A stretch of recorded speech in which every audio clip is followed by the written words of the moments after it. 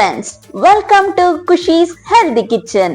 ಇವತ್ತು ನಮ್ಮ ಕಿಚನ್ ಅಲ್ಲಿ ನಾವು ಮೊಳಕೆ ಕಾಳು ಸೊಪ್ಪು ಉಪ್ಸಾರನ್ನ ಮಾಡೋದು ಹೇಗೆ ಹಾಗೂ ಅದ್ರ ಪಲ್ಯ ಮಾಡೋದು ಹೇಗೆ ಅಂತ ತೋರಿಸ್ತಾ ಇದ್ದೀನಿ. ಸೊ ನೋಡೋಣ ಬನ್ನಿ ಹೇಗ್ ಮಾಡೋದು ಅಂತ. ಇಲ್ಲಿ ನಾನು ಒಂದು 3-4 ವೆರೈಟಿ ಆಗುವಂತ ಸೊಪ್ಪುಗಳನ್ನ ತಗೊಂಡಿದ್ದೀನಿ. ಸಬ್ಸಿಗೆ ಸೊಪ್ಪು, ಪಾಲಕ್ ಸೊಪ್ಪು, ಹಾಗೆ ಕೀರೆ ಸೊಪ್ಪು. ನಿಮ್ಗೆ ಯಾವ್ದೆಲ್ಲ ಚಾಯ್ಸಸ್ ಆಫ್ ಸೊಪ್ಪು ಬೇಕಿರುತ್ತೆ ನೀವು ಅದನ್ನ ತಗೋಬಹುದು. ಇಲ್ಲ ಅಂದ್ರೆ ನೀವು ಒಂದೇ ಸೊಪ್ಪಲ್ಲೂ ಕೂಡ ಮಾಡ್ಕೋಬಹುದು. ಹಾಗೆ ನಾನಿಲ್ಲಿ 1 ಬೌಲ್ ಆಗುವಷ್ಟು ಮಿಕ್ಸ್ ಕಾಳುಗಳನ್ನ ತಗೊಂಡಿದ್ದೀನಿ.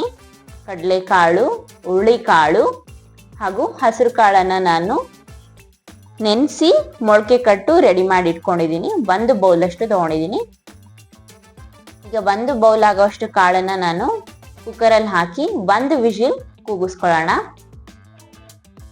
ಸೊ ಈಗ ನಾನು ಕುಕ್ಕರಲ್ಲಿ ಕಾಳು ಹಾಕಿ ಕಾಳು ಮುಳುಗೋ ಅಷ್ಟು ನೀರು, ಅಂದ್ರೆ ನಿಮ್ಗೆ ಉಪ್ಸಾರಿಗೆ ಎಷ್ಟು ನೀರು ಬೇಕಾಗುತ್ತೋ ಅಷ್ಟು ನೀರು ಹಾಕಿ ಸ್ವಲ್ಪ ಉಪ್ಪು ಹಾಕಿ 1 ವಿಷಿಲ್ ಕೂಗಿಸ್ಕೊಳ್ಳೋಣ.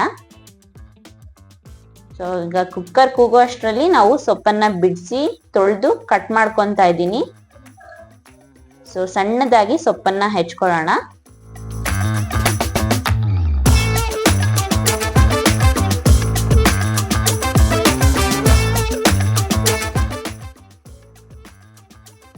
ಸೊ ಇಲ್ಲಿ ಕಾಳು ಕೂಗಿಸ್ಕೊಂಡಿದ್ದಾಗಿದೆ, ವಿಷಿಲ್ ಇಳ್ದಿದೆ. ಈಗ ಇದನ್ನ ಓಪನ್ ಮಾಡ್ಕೊಳ್ಳೋಣ.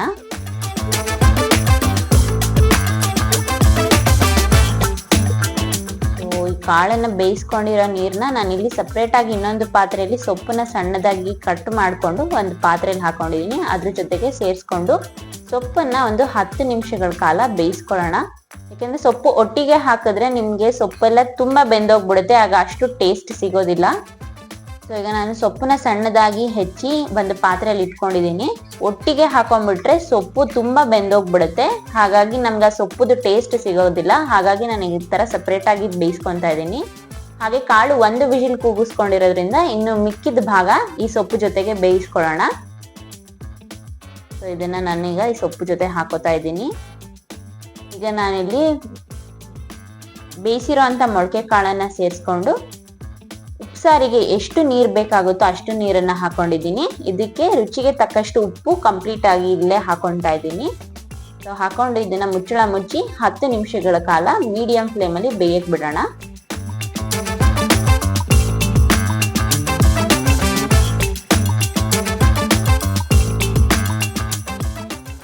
ಇಲ್ಲಿ ನೋಡ್ತಾ ಇರ್ಬೋದು, ಈಗ ಸೊಪ್ಪು ಬೆಂದಿದೆ, ಕಲರ್ ಚೇಂಜಸ್ ಆಗಿದೆ.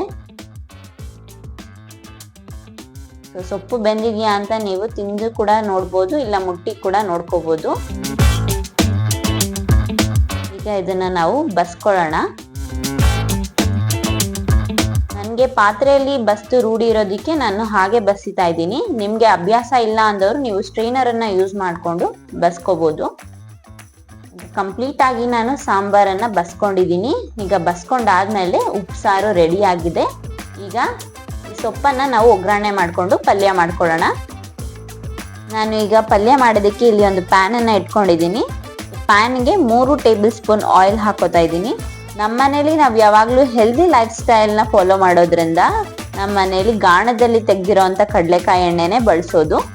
ನಿಮ್ಮ ಮನೇಲಿ ನೀವು ಯಾವ್ದು ಯೂಸ್ ಮಾಡ್ತೀರಾ ಆ ಎಣ್ಣೆನೆ ಹಾಕೋಬಹುದು. ಅದ್ರಲ್ಲೇನು ಟೇಸ್ಟ್ ಡಿಫರ್ ಆಗೋದಿಲ್ಲ, ಬಟ್ ಹೆಲ್ದಿ ಆಗಿರ್ಬೇಕಂದ್ರೆ ನಾವು ಈ ತರ ಫಾಲೋ ಮಾಡ್ತಾ ಇದ್ದೀವಿ. ನಿಮ್ಗೂ ಇಷ್ಟ ಆಗಿದ್ದಲ್ಲಿ ನೀವು ಕಡಲೆಕಾಯಿ ಎಣ್ಣೆನ ಬಳಸ್ಬೋದು. ಈಗ ಎಣ್ಣೆ ಕಾದಿದೆ. ಈಗ ಇದಕ್ಕೆ ನಾನು ಬೆಳ್ಳುಳ್ಳಿಯನ್ನ ಹಾಕೋತಾ ಇದ್ದೀನಿ. ಬೆಳ್ಳುಳ್ಳಿ ಹಸಿ ವಾಸನೆ ಹೋಗೋವರೆಗೂ ಸ್ವಲ್ಪ ಬ್ರೌನ್ ಕಲರ್ ಬರೋವರೆಗೂ ಫ್ರೈ ಮಾಡ್ಕೊಳ್ಳೋಣ.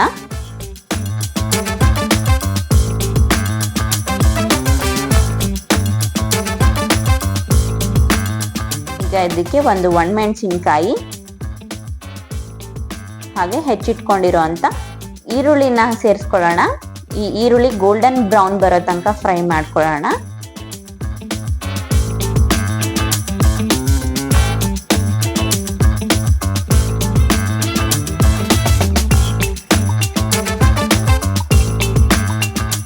ಸೊ ಈಗ ಇದಕ್ಕೆ ನಾನು ರುಚಿಗೆ ತಕ್ಕಷ್ಟು ಉಪ್ಪನ್ನ ಬರೀ ಈರುಳ್ಳಿಗೆ ಮಾತ್ರ ಹಾಕೋತಾ ಇದ್ದೀನಿ. ಯಾಕೆಂದ್ರೆ ನಾವು ಆಲ್ರೆಡಿ ಈಗ ಸೊಪ್ಪು ಕಾಳಿಗೆ ಉಪ್ಪು ಹಾಕಿ ಬೇಯಿಸ್ಕೊಂಡಿದೀವಿ. ಸೊ ಇಲ್ಲಿ ನಾನು ಈರುಳ್ಳಿಗೆ ಎಷ್ಟು ಬೇಕಾಗುತ್ತೋ ಅಷ್ಟು ಉಪ್ಪನ್ನ ಹಾಕೋತಾ ಇದ್ದೀನಿ.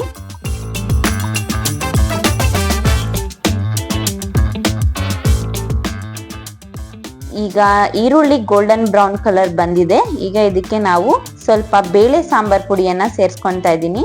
ನಿಮ್ಗೆ ಬೇಕಿದ್ದಲ್ಲಿ ನೀವು ಒಣಮೆಣಸಿನ್ಕಾಯಿನ ಜಾಸ್ತಿ ಉಪಯೋಗಿಸ್ಕೋಬಹುದು, ಯಾಕೆಂದ್ರೆ ಒಣಮೆಣಸಿನ್ಕಾಯಿ ಅಷ್ಟು ಖಾರ ಬರೋದಿಲ್ಲ. ಹಾಗೆ ಬೇಳೆ ಸಾಂಬಾರ್ ಪೌಡರ್ ಹಾಕಿ ಮಾಡೋದು ಟೇಸ್ಟ್ ಬೇರೆ ತರಾನೇ ಇರುತ್ತೆ, ತುಂಬಾ ಚೆನ್ನಾಗಿರುತ್ತೆ. ಇದನ್ನು ಕೂಡ ಒಂದ್ಸಲ ಟ್ರೈ ಮಾಡಿ ನೋಡಿ.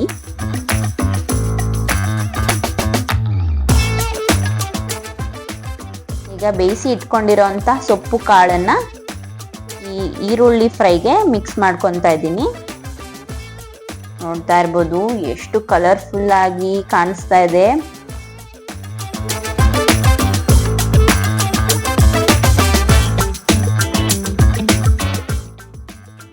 ಈಗ ಇದಕ್ಕೆ ಕಾಯಿ ತುರಿ ಹಾಕೊತಾ ಇದ್ದೀನಿ. ಈ ಪಲ್ಯಗಳಲ್ಲಿ ನಾವು ಎಷ್ಟು ಕಾಯಿ ತುರಿ ಎಷ್ಟು ಈರುಳ್ಳಿ ಉಪಯೋಗಿಸಿದ್ರು ಅಷ್ಟು ಟೇಸ್ಟಿಯಾಗಿ ಪಲ್ಯ ರೆಡಿ ಆಗತ್ತೆ. ಸೊ ಹಾಗಾಗಿ ನಾನು ಹೆಚ್ಚಾಗಿ ಕಾಯಿ ತುರಿಯನ್ನ ಬಳಸ್ತೀನಿ ಪಲ್ಯಗಳಲ್ಲಿ. ಈಗ ಇದನ್ನ ಕ್ಲೀನಾಗಿ ಮಿಕ್ಸ್ ಅಪ್ ಮಾಡ್ಕೊಳ್ಳೋಣ.